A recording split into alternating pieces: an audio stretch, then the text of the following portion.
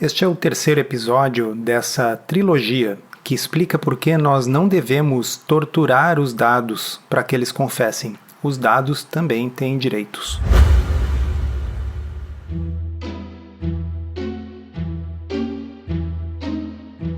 Comida sem filtro. Saúde, low carb, estilo de vida, evidências científicas e, claro, nossas opiniões. Toda semana um episódio novo e gratuito para você. Comigo, Dr. Souto. E comigo, Sari Fontana. Para ser avisado a cada novo episódio e receber as referências bibliográficas no seu e-mail, cadastre-se em drsolto.com.br/podcast.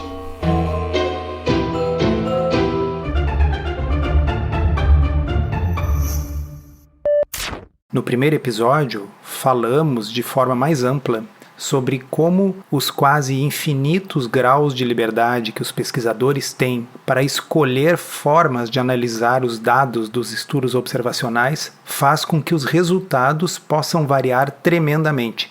E com os mesmos dados, os pesquisadores conseguem obter resultados diametralmente opostos. No segundo episódio, falamos de um estudo em que isso foi demonstrado para a relação do consumo de carne vermelha com mortalidade.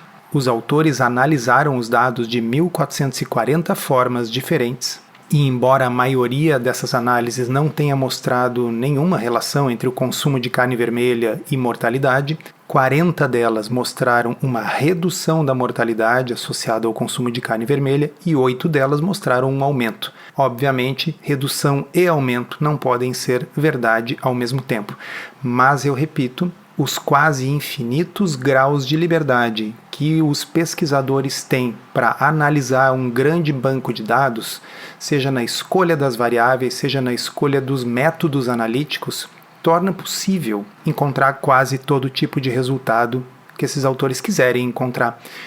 O que significa que, sim, devidamente torturados, os dados acabam confessando qualquer coisa. E no final deste episódio anterior, eu mencionei que existe um terceiro grande problema, que é o viés de publicação. O viés de publicação, ele toma muitas formas. O viés de publicação pode ser autoimposto.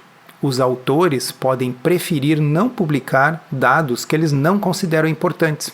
Um estudo que não encontre nenhuma relação entre carne vermelha e mortalidade pode ser considerado pouco interessante, embora, convenhamos, seja um resultado muito importante do ponto de vista científico. Ao contrário, estudos que mostram uma correlação positiva, que mostram uma diferença estatisticamente significativa, têm uma chance muito maior de ser publicado, inclusive porque os autores acham este resultado mais importante.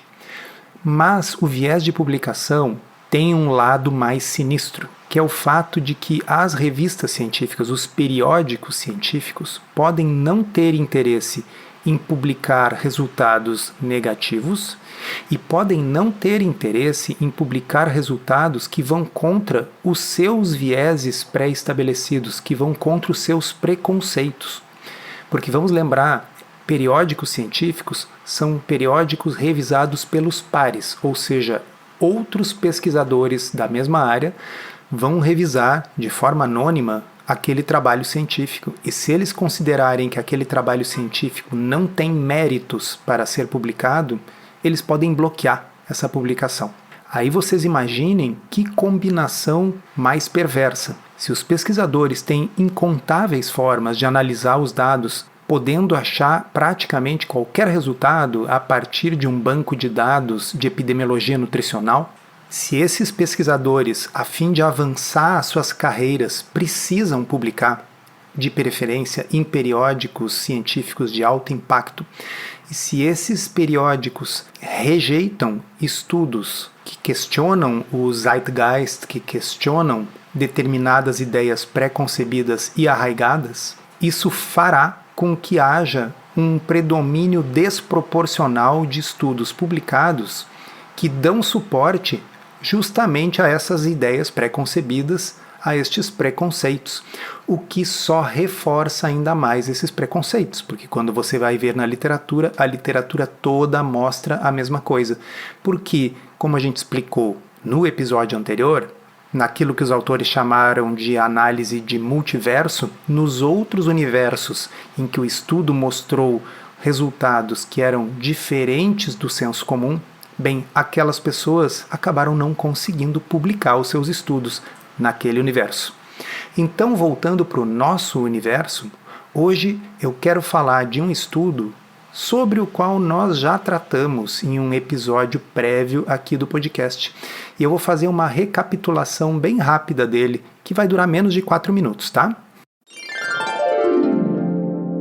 Novo score desenvolvido pelo estudo Pure sugere que diversos grupos de alimentos são importantes para reduzir o risco de doenças. Carne vermelha e grãos integrais não fizeram diferença. Vocês que nos acompanham aqui há mais tempo ou acompanham lá o meu blog, já ouviram falar mais de uma vez desse estudo Pure. A gente comentou esse estudo no episódio recente do podcast, O episódio 97. que a gente falou dos chocolates com lupa, aquela lupa de alerta no rótulo para gordura saturada. Ele é um estudo bem importante, embora seja um estudo de epidemiologia nutricional. A gente sempre tem que ter em mente que esse tipo de estudo não estabelece, não prova causa e efeito. Pois bem, recentemente o grupo do estudo Pure lançou um score de dieta saudável. Um diferencial desse score é o fato de que eles enfatizam não aquilo que você deveria evitar na sua dieta, mas quais as coisas que no estudo Pure estavam associadas com os melhores desfechos, ou seja, aqueles alimentos que você deveria focar em acrescentar na sua alimentação. Só que, para surpresa de muita gente, a carne vermelha e os grãos integrais não fizeram diferença. Exatamente, para surpresa deles, mas não para surpresa nossa, porque várias vezes a gente já falou aqui para vocês que a carne vermelha não tem associação com desfechos ruins. A gente já citou 1000 vezes aqui no podcast aquelas meta-análises de 2019 que saíram publicadas no Annals of Internal Medicine, que mostram que há uma certeza baixa ou muito baixa de que haja um efeito muito pequeno ou inexistente da carne vermelha em praticamente qualquer desfecho. E a gente encontrou uma matéria que saiu num veículo de imprensa português sobre esse assunto. Abre aspas. Incluir ou excluir carne vermelha não processada e grãos integrais numa dieta saudável pode não afetar significativamente os resultados gerais. A conclusão é de um estudo de investigação publicado no European Heart Journal da Sociedade Europeia de Cardiologia. A investigação revelou que dietas que enfatizam o consumo de frutas, vegetais, laticínios, especialmente gorduras integrais, nozes, legumes e peixes, foram associadas a um risco reduzido de doenças cardiovasculares e morte prematura em todas as regiões do mundo. Surpreendentemente, a adição ou omissão de carne vermelha não processada ou grãos integrais teve efeitos mínimos nesses resultados. Eu adoro esse advérbio, surpreendentemente. Está surpreendendo quem não acompanhava a literatura e quem não escuta esse podcast. Porque aqui a gente vem dizendo há tempos que carne vermelha, embora não seja uma coisa que você acrescenta na dieta para viver mais, também não tem evidência epidemiológica de que fará você viver menos, pelo menos não evidência epidemiológica de alto nível. E reparem, incluir ou excluir carne vermelha não muda os resultados. O autor do estudo destacou que os alimentos com baixo teor de gordura geralmente recebem atenção significativa do público, da indústria alimentícia e dos formuladores das políticas públicas, com foco na redução da gordura, especialmente saturada. No entanto, os resultados dessa pesquisa sugerem que pode ser mais benéfico priorizar a inclusão de alimentos protetores como nozes e laticínios, em vez de restringir severamente a ingestão dos laticínios integrais, como o leite gordo. Os laticínios integrais podem fazer parte de uma dieta saudável, o que alinha com a ciência nutricional moderna, que sugere que os laticínios integrais podem ter efeitos protetores contra a pressão alta e síndrome metabólica. Da mesma forma, a questão da carne vermelha. Este estudo, ao mostrar que colocar ou não a carne vermelha não muda o resultado do score, contradiz a ideia de que a carne vermelha possa estar causando doença cardiovascular ou causando aumento da mortalidade. Este foi um breve resumo do episódio 111 do Comida Sem Filtro. Acontece que em outubro de 2023 eu estava escutando o episódio número 300 do Low Carb MD Podcast, em que o médico Tro Kalajan estava entrevistando o epidemiologista Andrew Mente. Andrew Mente é um dos autores desse estudo que nós comentamos aqui no nosso episódio 111, esse aí do score do estudo Pure. Então, claro, eu estava muito interessado em ouvir uma entrevista com o Dr. Andrew Mente. E eis que lá para o final do episódio, eu me deparo com um trecho que quase me fez cair da cadeira. Eu vou colocar esse trecho em inglês no final aqui desse nosso episódio. Mas para que todos vocês possam entender, a gente vai dublar esse trecho para vocês. Eu vou ser o Dr. Mente e a Sari vai ser o Dr. Tro.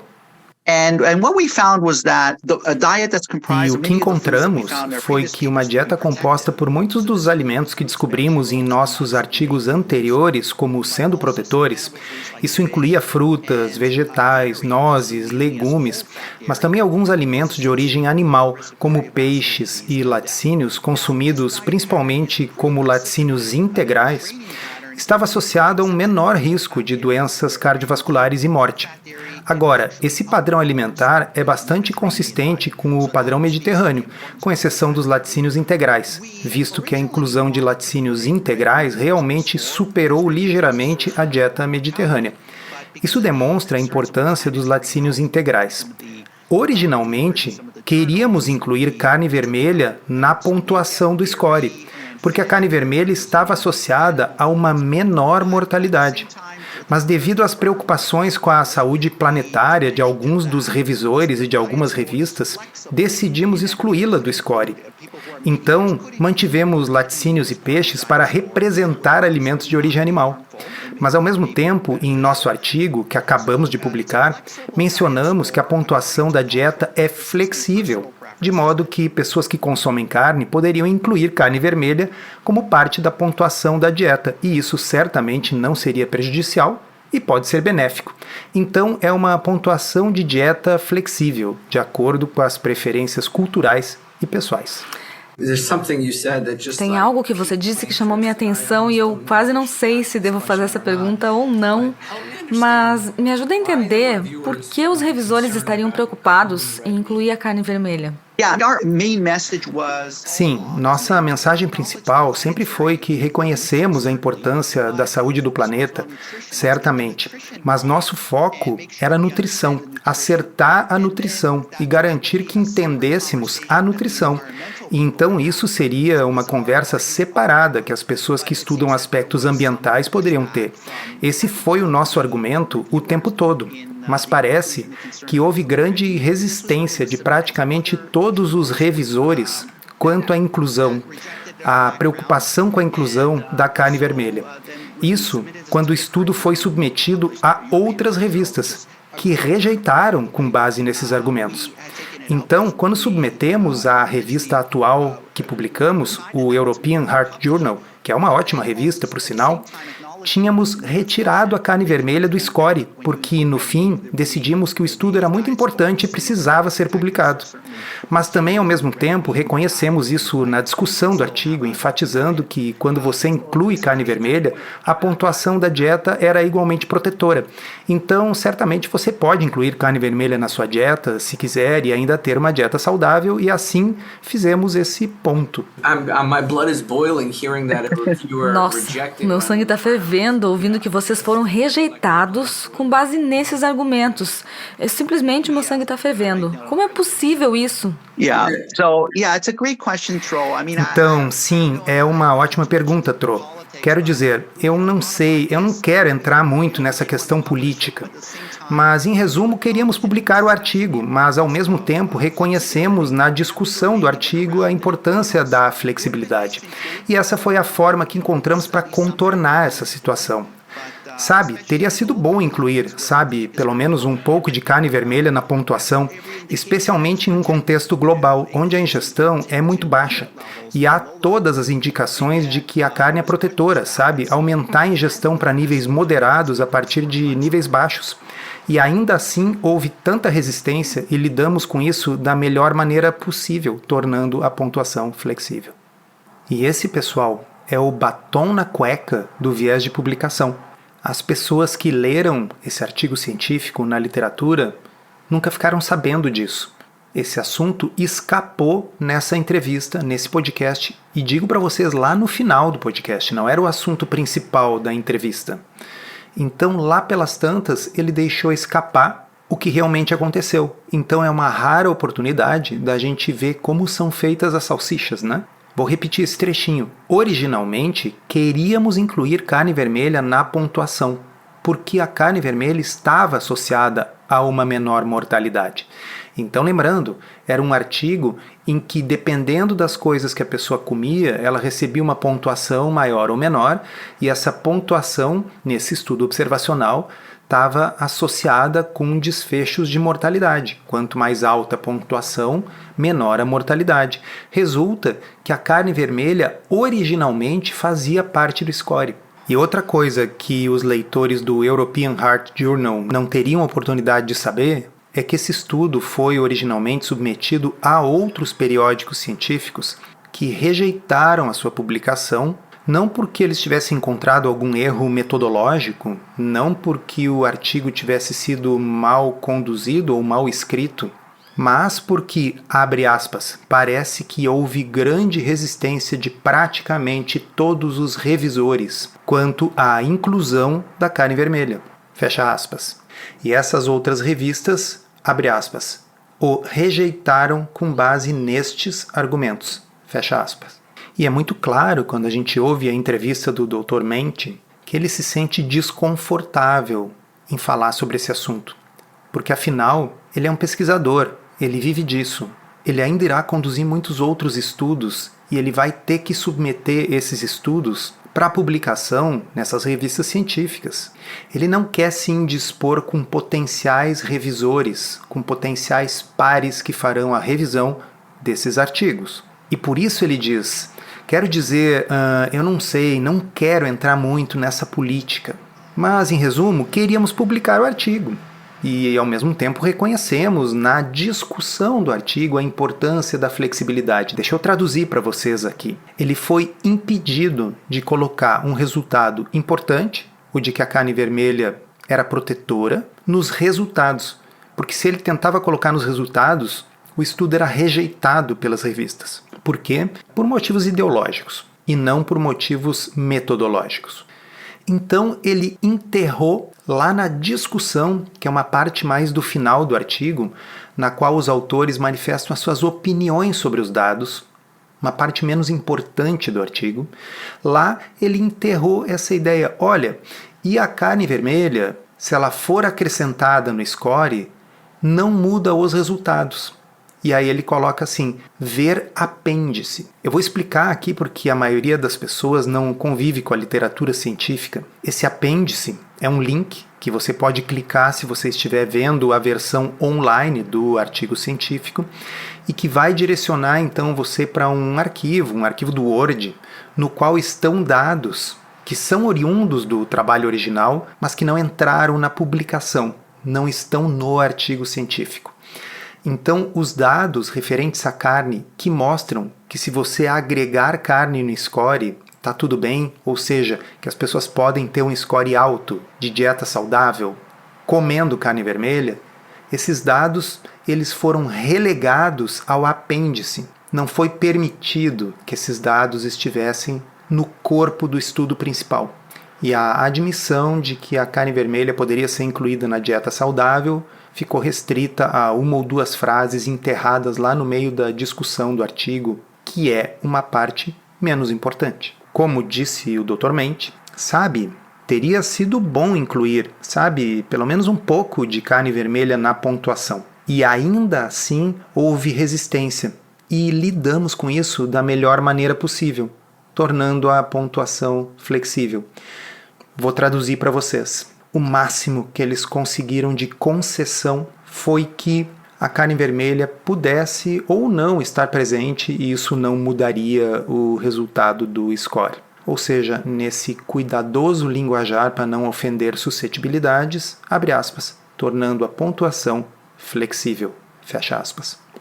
Pessoal, eu espero que essa trilogia tenha ajudado vocês a ter uma visão um pouco mais crítica do que eu imagino que já fosse, sobre a epidemiologia nutricional, sobre esse tipo de estudo que o tempo todo gera manchetes, dizendo que carne vermelha está associada com diabetes, ou que ovo num dia protege, no outro dia faz mal, porque não apenas você pode ter o mesmo banco de dados e dependendo da forma com que você conduz a análise, o ovo pode fazer bem ou mal, a carne vermelha pode fazer bem ou mal, mas também existe, como vocês viram, um grave viés de publicação, no qual dogmas e preconceitos das revistas e dos revisores acabam distorcendo a literatura em direção a determinados consensos, e por isso que esses consensos por vezes são muito difíceis de quebrar.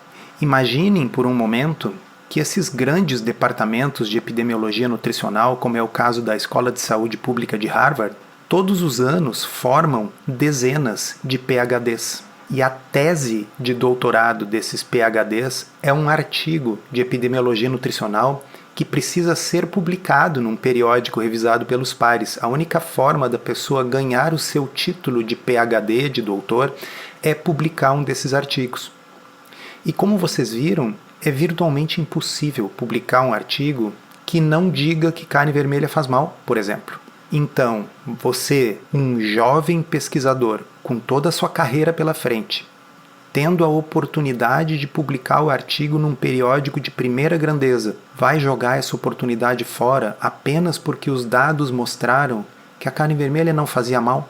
Sendo que no multiverso, no universo paralelo, você fez uma outra análise dos dados mostrando que fazia mal e isso avança a sua carreira? Infelizmente, pessoal, eu não vou terminar esse podcast com respostas. Eu vou deixar essa pergunta em aberto.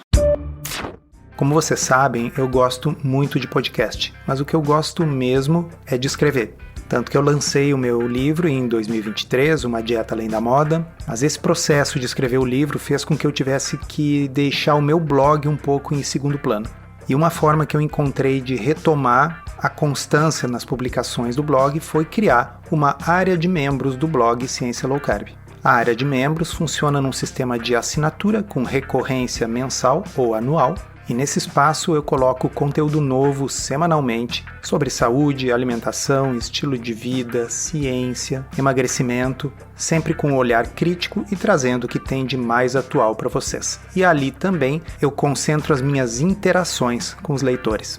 Então, muito obrigado a todos os assinantes que viabilizam a continuidade desse trabalho que eu tanto gosto de fazer e que me permitem dedicar parte do meu tempo de consultório para isso. Quem quiser saber mais, é só acessar drsolto.com.br, clicar em área de membros e lá no final da página vocês vão poder ver os títulos e a prévia de todas as postagens que já estão lá. E agora, como prometido, para aqueles que entendem inglês, o trecho da entrevista do Dr. Trokalajan com o Dr. Andrew Mente. And what we found was that a diet that's comprised of many of the foods that we found in our previous papers to be protective. So this included fruits, vegetables, nuts, legumes, but also some animal foods like fish and dairy, consumed mainly as whole fat dairy, was associated with a lower risk of cardiovascular disease and death. Now, this diet pattern is pretty consistent with a Mediterranean pattern, with the exception of whole fat dairy, where you include whole fat dairy, it actually outperforms slightly a Mediterranean diet. So that speaks to the importance of whole fat dairy. We originally wanted to put in red meat into the score because red meat was associated with lower mortality. But because of the concerns about planetary health with some of the reviewers and some of the journals, we took it out. And so we kept dairy and fish representing animal foods.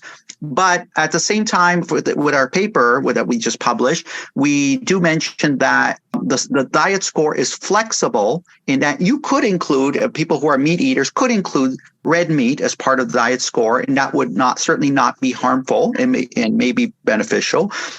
So it's a flexible diet score according to cultural preferences and personal preferences. There's something you said that just piqued my interest, and I almost don't know if I should be asking this question or not, but help me understand why the reviewers would be concerned about including red meat. Yeah, our main message was all along has been we acknowledge the planetary importance, certainly, but our focus was on nutrition. Let's get the nutrition right and make sure we understand the nutrition. And then that would be a separate conversation that the environmental people could have. That was our argument all along. But it seems that there was some pushback from practically all of the reviewers in the concern of including red meat. This was when it was submitted to other journals, which that rejected it on that grounds. Right. And so then when we submitted this to the current journal that we published, a European Heart Journal, which is a great journal, by the way, we had taken it out because we eventually we decided that it's important to publish it. But then also at the same time acknowledging in the discussion, making the point that, look, when you include red meat, the diet score was similarly protective. So certainly you can include red meat in your diet if you'd like and still have a healthy diet. So we made that point. I mean, my blood is boiling hearing that a reviewer rejected it on those grounds. You know, my blood is boiling. Like, how do we tolerate this? Yeah. So it's a great question, Tro. I mean, I don't know. I don't want to get too much into the politics, but bottom line is we did want to publish it, but at the same time, we do acknowledge in the discussion the importance of flexibility, and that was the way we went around it. So it would have been nice to include at least some red meat in the score. But especially in a global context where intake is very low and might be every indication that it's protective, increasing intake to moderate levels from low levels. And yet there was pushback. And so we handled it the best we could, and that was making the score flexible. Encerramos assim esse episódio do Comida Sem Filtro, que foi idealizado, roteirizado e produzido por nós. Se você gostou, divulgue para os seus amigos e inscreva-se na sua plataforma preferida para não perder nenhum episódio. As informações contidas neste podcast são apenas para fins informativos e podem não ser apropriadas ou aplicáveis às suas circunstâncias individuais. Este podcast não fornece aconselhamento médico ou profissional e não substitui a consulta com um médico ou nutricionista. Não use este podcast para diagnóstico ou tratamento médico. Qualquer sugestão é apenas uma recomendação geral, que não é específica para qualquer pessoa ou doença em particular.